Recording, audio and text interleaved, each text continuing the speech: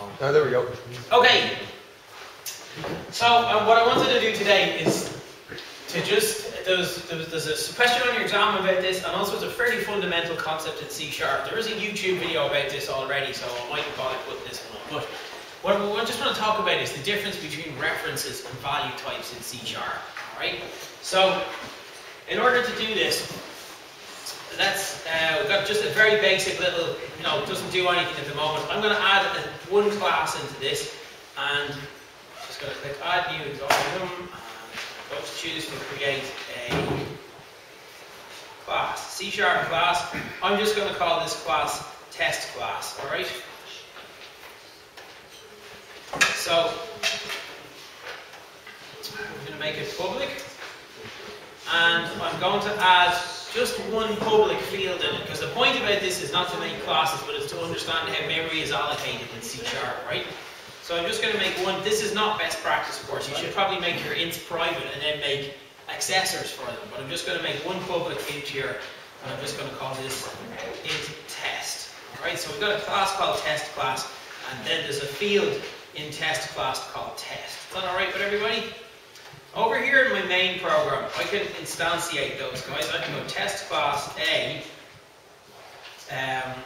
Okay, you can just do that, and you can go a.test. Now, immediately, what's going to happen when you run this code here?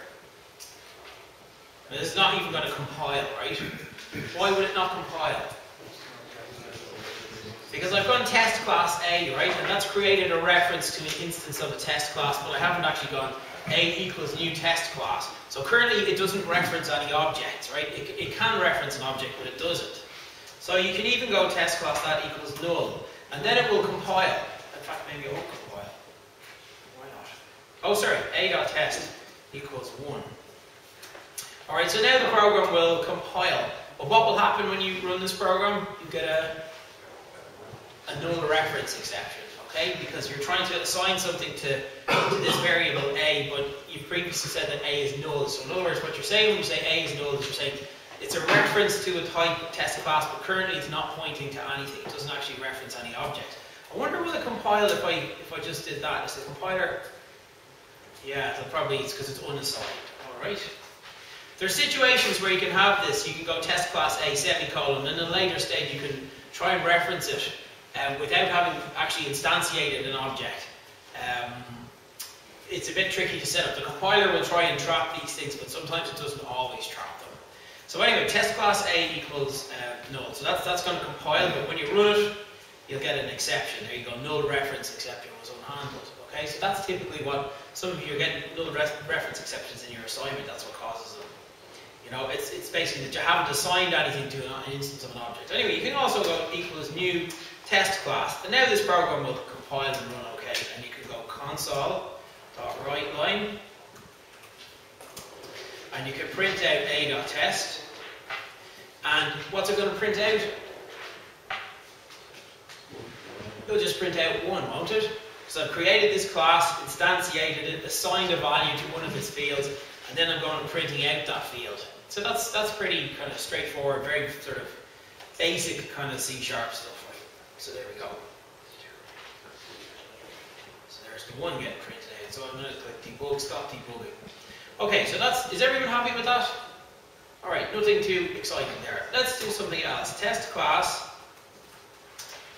B equals new test class. So now I have two objects, one which is A, one which is B, and they're both referencing different things. So you can also go B.test is equals to 2. And then if you're trying to print out B, you just get the value of 2 getting printed out. Isn't that okay? Everybody happy so far? Alright, so pretty not very exciting. Okay, we'll do something slightly challenging here, right? Let me say if I go B equals to A. Alright, now what's going to get printed out for B?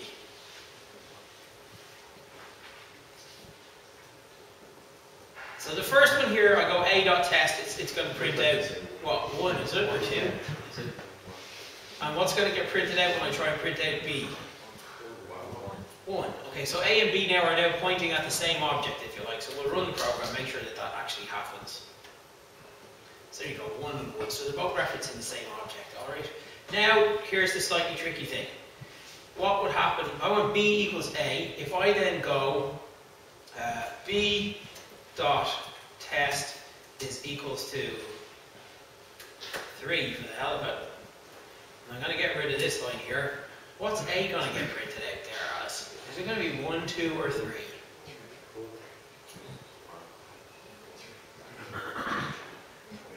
So this is a fundamental problem. It's a fundamental question to do it. And if you can understand that, if you get the right answer here, you've understood how references are managed in C#. So look at it very carefully. And if you don't understand it, I'll explain what's going to happen here once we run it. So either 1, 2, or 3 is going to get printed out. It has to be one or the other. So how many people go for 1? How many people vote for 2? How many people vote for 3? Okay, let's run the program and see what happens. So the answer is 3. 3 gets printed out now. So I'll draw a small diagram to explain why 3 gets printed out. So we'll step through the code line by line. The first line that happens here is you go test class A equals new test class, right? So the first thing that happens there is I have a reference called A, and that then points at an instance of an object in memory, alright? And in here this has a field called test in there, which currently has no value. And initially actually the value of test is going to be 0, because that's the initial value for those in C#. Interestingly, in C, what would its initial value be? Null. Because it's an int. Ints don't have the value of null. Null would be a pointer, alright? An int, what's the default value for an int in C? Or in C++ like we looked at yesterday? Do you remember from last year? The default values in the C language and the C++ are undefined. It could be just some random value that it happens to hold. But in C#, values are initialized with their defaults. So the default value for it is 0. So even if you don't go a.test equals 0, when you instantiate the new object, its value is 0. It's set to be 0. That's its default value. So that's what happens there. So this is the first line here. So I go a equals new test 1. So a is now pointing at this. And then I go b equals new test. So what that does is it creates a new reference called b, and it makes that reference point at an instance of an object. And so now we have 2 objects. Okay? So then I go a.test equals 1. Next thing that happens here is this value for test changes to 1. And then this value is still 0. Okay? And then we go b.test equals 2. So that changes the reference here, or changes the value that's held in b.test to be 2. Now this is the tricky bit here. B equals A. What happens here, because these are classes and objects in C#, what happens there is B now points, the reference is updated so that it points at the same object that A is pointing to. And what happens to this old object here? It gets garbage collected. Alright, so the garbage collector is running low priority in the background.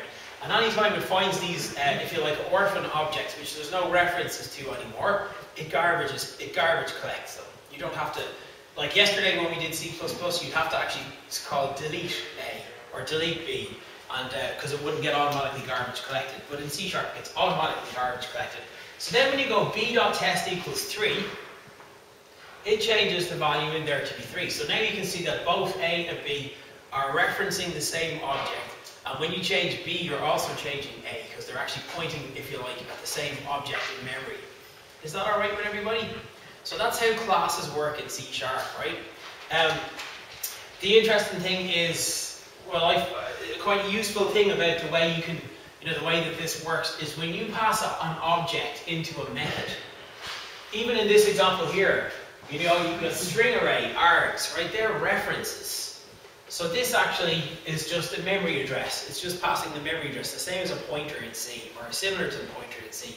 When you pass an object in, it's a copy of the reference that gets passed in. So it's a very small amount of memory. It doesn't have to actually copy all of the information that's held in that object. It actually just copies in the reference. Now, that's how references work in C#. Is everybody clear with that? So, here's another consequence of this, right? So now we said b.test equals that. Say that I wrote a little method here called public static void test lowercase t. And say I pass a reference to a test class into this. And then I go test.test. In fact, why don't I stick with my naming convention and I'll call this C. C.test is equals to 4. Okay? So then up here I go test and I pass in B. Okay, and then it doesn't really matter whether I use A or B because at this stage they're referencing the same object, so it doesn't make any difference. Alright, so let's look at what's happening here before we go and run this program and see what the output is and before we try and speculate, right? So I've gone b.test equals 3 and then I pass in the reference here into this method. So it's called C, but it doesn't matter, you know, because we remember from even first year functions, it doesn't matter what you call this. Sure, it doesn't. It's the same object. It just uses a different variable name for it. And then I go c.test equals 4. Okay, so I'm doing something. I'm modifying the field that's held in C, which, if we look at how it's called, this is actually the reference B that we pass in here. And then I print out b.test. So the question now is, what's going to get printed out? Is it going to be 3 or is it going to be 4? Everything's going to be 4. Okay, how many people vote for 3? How many people vote for 4? Okay, so let's run it and see what happens. And then once we run it and see what happens, we'll be able to make a hypothesis. We'll be able to say, why does it happen? So the answer is 4 gets printed out. Okay? So why is that? Because here's an interesting, we'll do a slight variation on this, right? To distinguish between what these references actually mean. What would happen if you did something like this? Public void test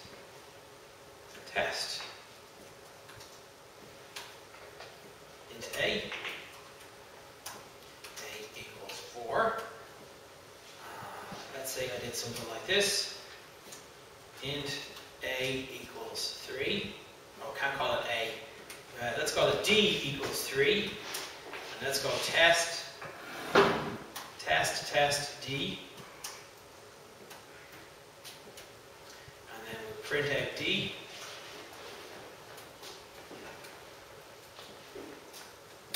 Okay, so looking at this program here, int D equals 3. So I'm taking the value D, copying it into, or assigning it to be an integer, calling this method, passing in the value here, then printing out D. But I look down here at this method, test passes in a variable here. It doesn't matter that the name of the variable is different, but you see I'm doing an assignment and I'm changing its value to 4.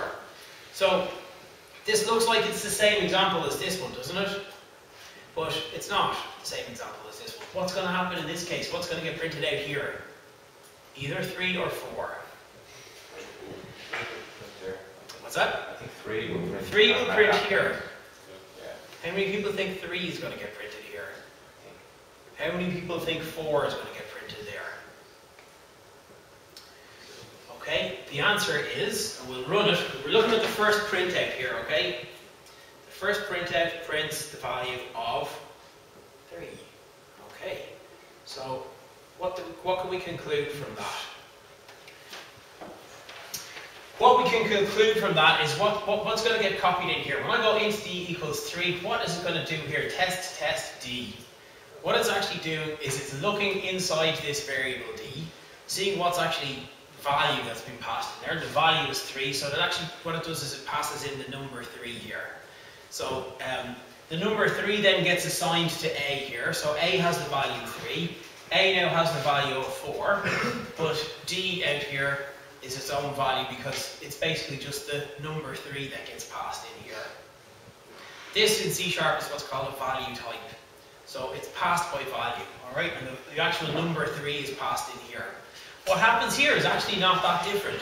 But what actually is happening here is the memory address or the reference gets passed in here.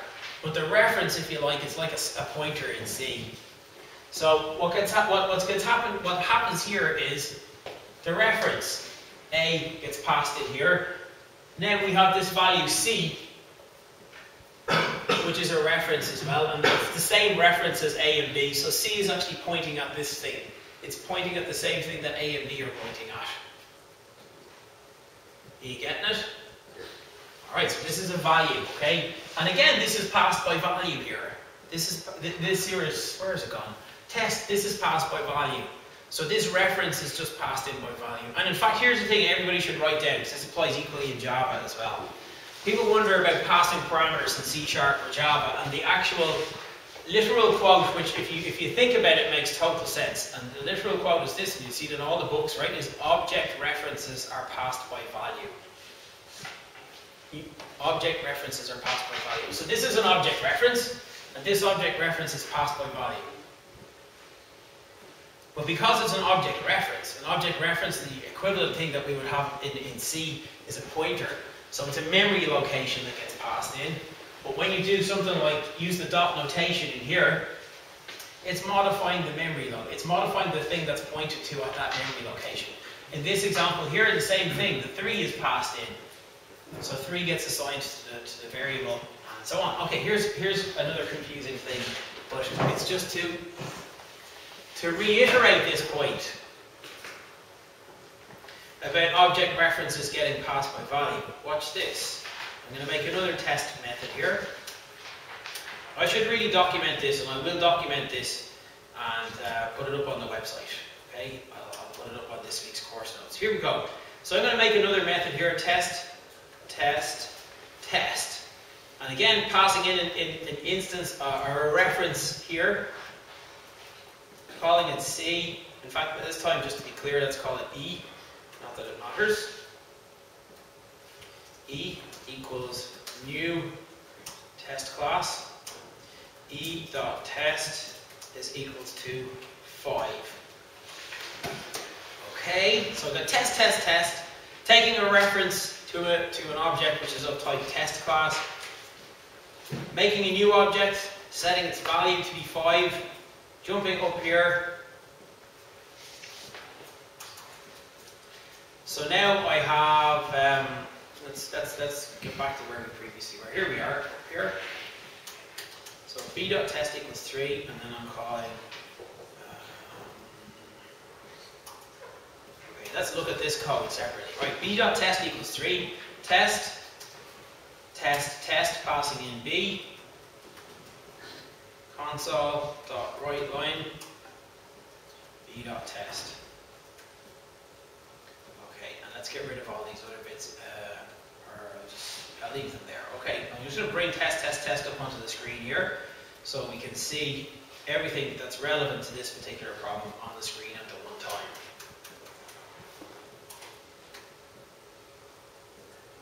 Now here's the 2.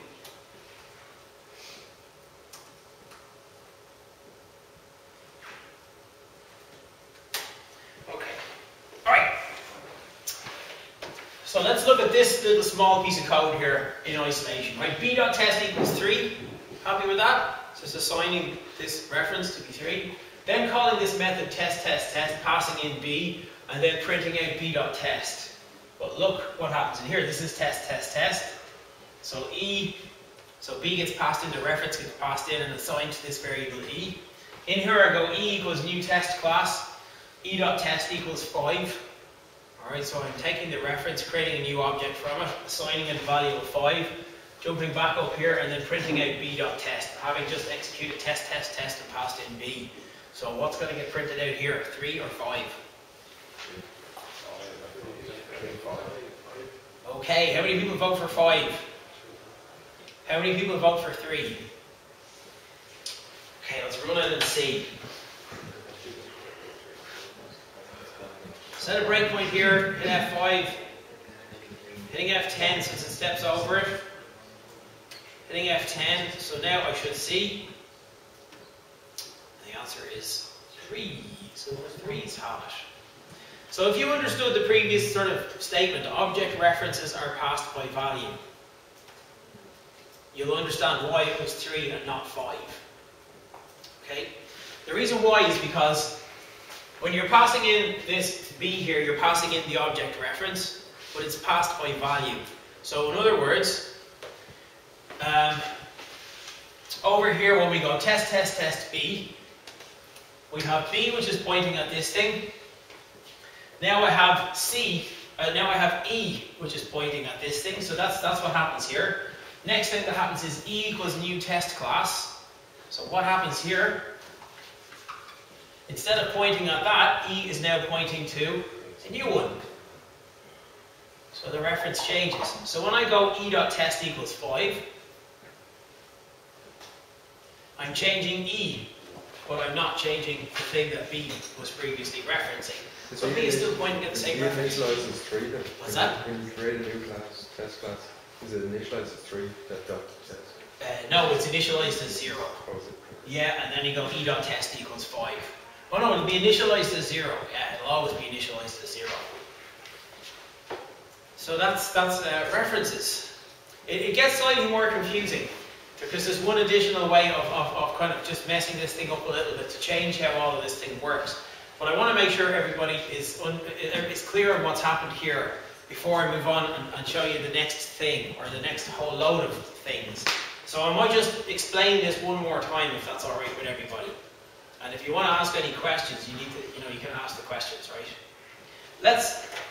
Because this is just going to confuse things. I'm going to get rid of this one, and I'm going to get rid of the test example here, because actually that just confuses things. So we basically have two different situations here. In both of these situations here, I'm passing in a reference as a parameter to a method.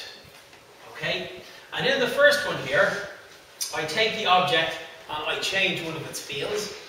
In this here, what I do is I change the reference to point to something else. Alright, but in both cases, object references are passed by value. It means that it's a copy of the reference that gets passed in here. It's a copy of the reference, not a copy of the object, not a copy of the object itself. So, let me bring the two little examples on the screen at one time.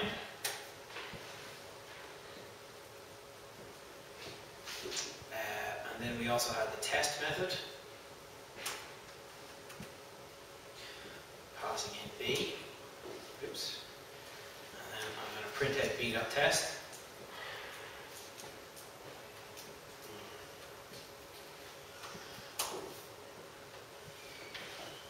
Okay. So now we just have those two little examples here. So in the first example here,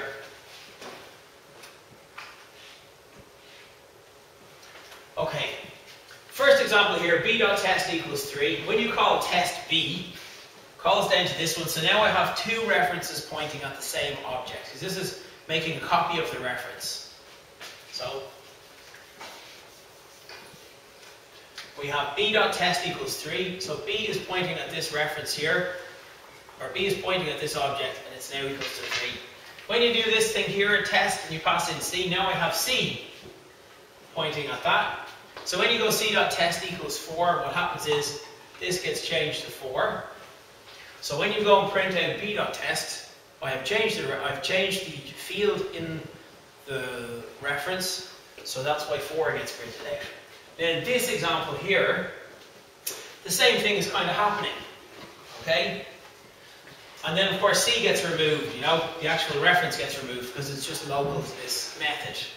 So what happens here is we now have E getting passed in, and E initially starts out pointing at the same reference here. So I have two references, B and E. And then in this one here, what I do is E equals new test class. So I change E from referencing this object and make it point to a new one. So it has initially got a value of 0 in there. Then when you go E.test equals 5, it changes this one to be 5. As soon as this method terminates, this object gets garbage collected because it's not around anymore. This reference to E no longer exists anywhere, and there's no copies of it anywhere else. So this object gets garbage collected, and B still references 4. What do you think? Have you understood those two cases? Object references are passed by value. So again, these are object references, and they're passed by value, so that means a copy of the object reference is made, and that's that. Is that okay? Why does it get rid of E, the pointer at the end there? Because there's nothing else pointing at this object. It knows it will never ever be used again. Well, could you not say the same thing about B? Yeah, you could, and exactly, as soon as you reach this line of code, B gets garbage collected because it's gone out of scope. Is that okay with everyone? So unless, for example, you know, I made a reference in another object to B, and there was another thing, I think it uses probably reference counting. It counts the number of times something is referring to it. And once the reference, that's how it works with iOS. Once the reference count goes down to 0, it says, hey, there's nothing else pointing at this object, so therefore I can clear up. The memory's never going to be used ever again. Is that okay? So there's those two cases, all right? Okay, so that's references. And object references are passed by value. So I do need to move things on just a little bit, okay? And maybe to do this, what I'll do is rather than use the same class, what I'm going to do is create a new class. And this time, I'm going to call it test struct. And I'm going to change this from test struct to be a struct. So now I have public struct, test struct. Alright, so I've changed the word class to be struct. Now, structs are great in C#, and they're one of the reasons why C# in a small way is better than Java, because it has these. These are called value types, and they're aggregated value types. These are like a struct in C. And you know all those rules about references and everything? They don't apply to structs. There's a whole different set of rules that apply to structs. And when you see how this all works, you'll hopefully see why this is a good thing, why it's advantageous that C# has this thing. Public int test. So we have the same thing, right? Got an int and I've got a struct here. Over here in program.cs, I'm going to jump on down a little bit, right? And now we'll do the struct thing. Okay. So we have A, B, C, D, E. Let's go test struct. E equals new test struct. And test struct F equals new test struct. Alright, so far this is looking very similar to the classes, isn't it? So you can then go e.test is equals to, I'll just do 1. F.test is equals to 2. Remember the example we did previously? I'm just duplicating that example, the very first one we did with classes. So then I go F equals E. Hang on, what did I do up here? Did I do E equals F? Does it really matter?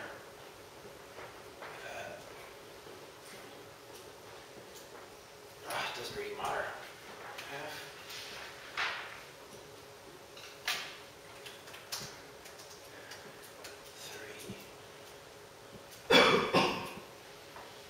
Yeah, okay.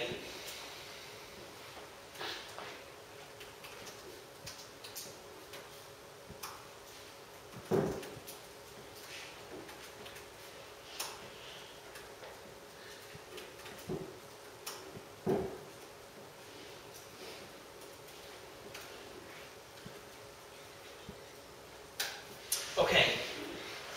All right. Yeah, I think this is okay. Look at this example here. If these were classes, what would get printed out here and here? 4 and 4, wouldn't it?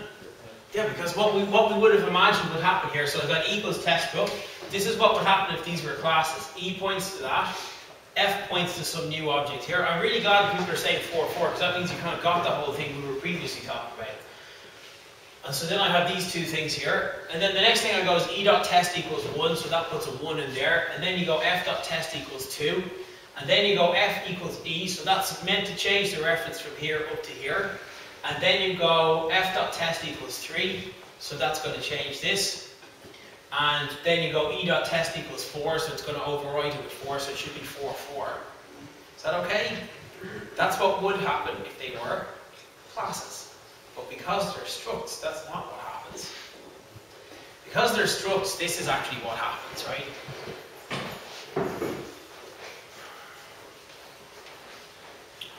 First of all, e.test equals 1, so I put 1 into there.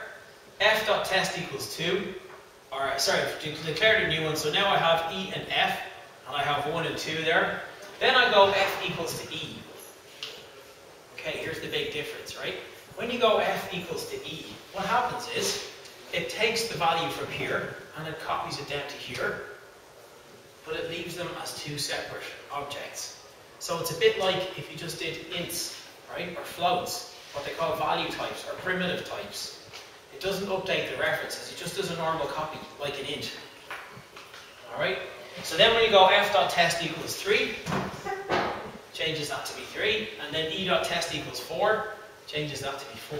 So we're left with two separate ones. And that's the differences between structs, which are called value types, and references, which are called reference types.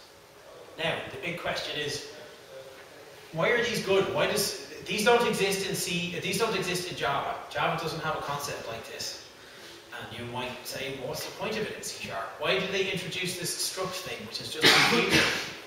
Can anybody see any reasons why this is a good way of doing things, rather than the references that we're used to already, and that Java doesn't even have this concept?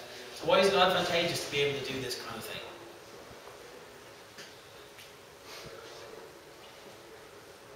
If I was to ask you about garbage collection, will that give you any clues? Or even the next thing is, when you go something like, with a reference up there, if you go test class A equals new test class, where or what part of memory does it get created on? We've got two places where we can store variables, the stack and the heap. Same as in malloc. We use malloc in C. Memory gets allocated on the, not the stack, the other one gets allocated on the heap, right? In this example here, these things get allocated on the stack. So anyway, just to get back to the whole garbage collection thing here, these never have to get garbage collected, because they just automatically go out of scope. It doesn't have to count references. Alright, they get allocated on the stack, so as soon as the method terminates, the variables disappear. There's no garbage collection. It doesn't have to run as a background thread and check to see if there's any reference to the objects hanging around, because whenever you do this, it just copies the old numbers, like as if they were integers. It just copies the values from one place to another place. But there's no garbage collection required. And if you think about it, this is very useful, because if you did something like this, int I, well, we're up to EF. Let's go int J, int K. If you go, well, let's say this is equals to 1, K equals 2. If you go J equals K, so that's just going to copy the value 2 over to this, and then you go K equals 3. Looking at this little simple example here, what's going to be the value of J after this? Just with integers. And what's going to be the value of K? 3. And that's exactly the same thing that happens up over here. Can you see that? It's the opposite of what happens with references. With references, what happens is the references point at the same object. When you do this assignment, all it does is it copies one reference to another, but it doesn't copy the contents of the object. In this example here, it's the same thing. It's just copying a variable from one variable to the other. We're still left with two variables. When we have structs over here, we're left with two structs.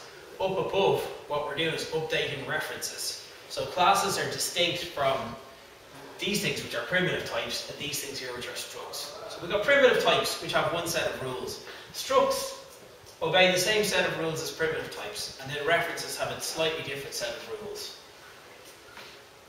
So that's references, structs, primitive types in C#. Now, does anybody want to ask any questions? This is your chance to ask any questions, and we can go over any of those examples again if people prefer. Yeah? How do you know if you should use the struct? Or if you should go with the class? So usually for mathematical things, you'll use a struct. Because to me, this makes a lot of sense. For example, here's an interesting thing.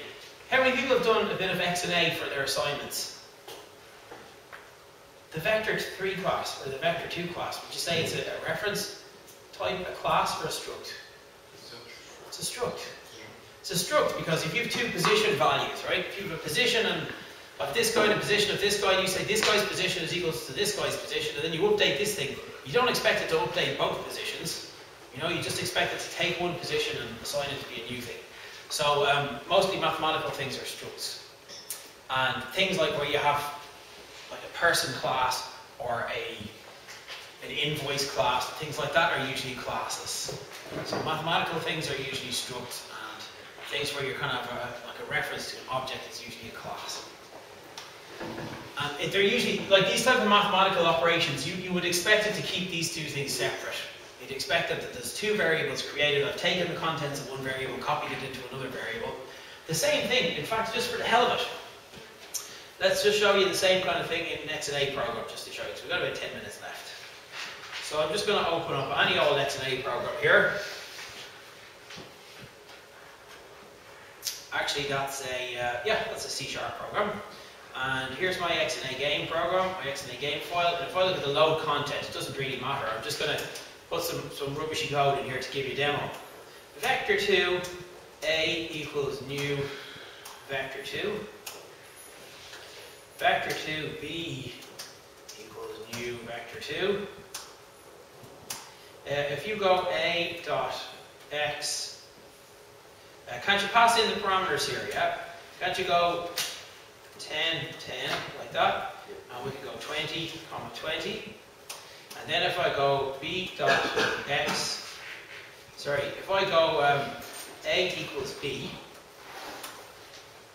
and then B dot X equals 30, and B dot Y is equals to 30. This is the same example here. In this example, okay, we've got vector A, which takes the value 10, 10, vector B, which takes the value 20, 20. I'll go A equals B. Because this is a struct, what's happening here? Is it making these two objects point to the same reference, or is it making a copy? What it's doing is it's copying the values held in B into A. Alright, so A now takes the value 20, 20. When I go B dot X equals 30, B dot Y equals 30, the values for A are unchanged, because they're actually separate. They're separate values. Alright? So when this program, you know, when we reach this line of code, A is going to have the value 20, 20, B is going to have the value 30, 30. If these were classes, then updating B would also update A. You see that? There's loads of reasons why references are great, by the way, because when you pass a reference in, when you pass one of these things by value, it actually is making a copy of the information that's held. So if you happen to have a big structure with lots of information in it, every time you pass it in as a parameter, it's making a copy of all that information, rather than a copy of the reference, which is just a memory address. Alrighty? Yeah? How do you know if you're dealing with a struct or a class? They look the same. Yeah, they do look the same. You just have to hover over it. And there you go, that tells you that it's a struct. That's the only way. So, you know, that's a struct. This thing is a class. So the code completion tells you whether you're doing a struct or using a struct or a class. But yeah, structs are great. Like, structs are really useful, but also object references are really useful. I mean, if I was to give you, this is a slightly more complicated C# program. I don't know which one this is, what it's doing, but this is probably a big, complicated X and A program. But, you know, to give you an example of what you can do with the classes and why classes are good, right? All of these things here. This is a class, this is a class, this is a class. These are all classes. Alright? And when you do get and set, you know, it's returning the reference. That's all pretty good. Let me see if I can give you an example of why this is useful.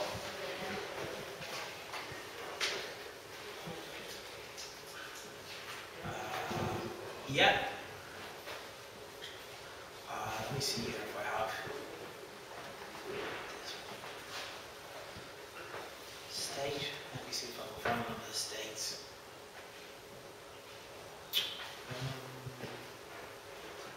Trying to think of a good example here. Oh, okay, here's a really typical example, right?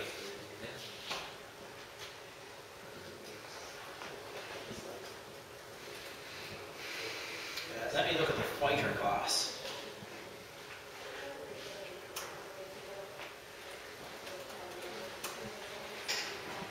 Yeah, look at this. So, you know, we did this thing, the single thing, xnagame.instance. This is a reference. So xnagame.instance isn't returning you a copy. It's returning the actual reference to the same object, right? And when you go .content, this is not a copy of the content. This is the content. This is just a reference to the content. And then .load. So you're calling this is the one object. You know, it's not a copy of it every time you get it. So that's an example of a reference. The references are getting passed around in this program. I don't know if that makes any sense. Or hopefully that kind of clears it up a little bit. But anyway, that's classes, the difference between classes and structs. Classes are always reference types, and structs are always value types. And the advantages, the advantage of a value type is that it will never ever get garbage collected because it just gets deleted as soon as it goes out of scope. It gets created on the stack rather than and that's why structs are in C#. Does anybody want to ask me any questions about that? Is everybody going to get the idea of it? If you had a short question on that in your exam, would you be able to answer it? The difference between a value type and a reference type? Value type is just a struct or a primitive type, and a reference type is something that you declare as a class. When you go new, you know, it allocates some memory on the heap. The references get copied as opposed to the values. With a struct, then it's just the values that get copied. Alright, I'll put this up on YouTube and I'll do a little documented example program and put it up on the website as well. Okay.